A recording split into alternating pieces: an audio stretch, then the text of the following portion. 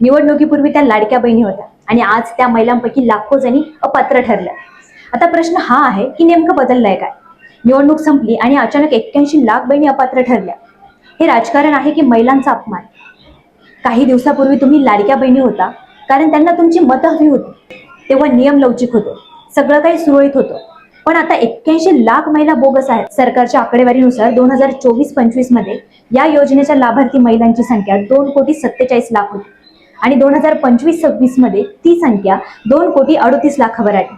म्हणजे बोगस लाभार्थी काढण्याच्या नावाखाली सरकार सरळ सरळ आपलं बजेट वाचवतंय का?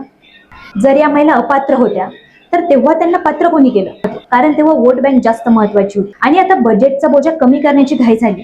ही 81 लाख संख्या म्हणजे फक्त आकडेवारी नाही, हे आहेत 81 लाख संसार। पहिल्या वर्षी या योजनेसाठी सुमारे 32,470 कोटी रुपयांची तरतूद करण्यात आली आणि आता हाच खर्च 30,000 कोटी रुपयांपर्यंत कमी करण्यात आलाय। या आकड्यांमागे आहे लाखो महिला, लाखो कुटुंब आणि त्यांच्या दैनंदिन गरजा।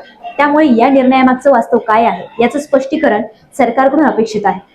कारण प्रश्न फक्त पैशाचा नाही, प्रश्न आहे विश्वासाचा। तुमच्या मते हा जो काही प्रकार आहे हा गैरव्यवहार रोखण्यासाठी आवश्यक आहे की बदललेलं राजकारण? कमेंटमध्ये नक्की सांगा।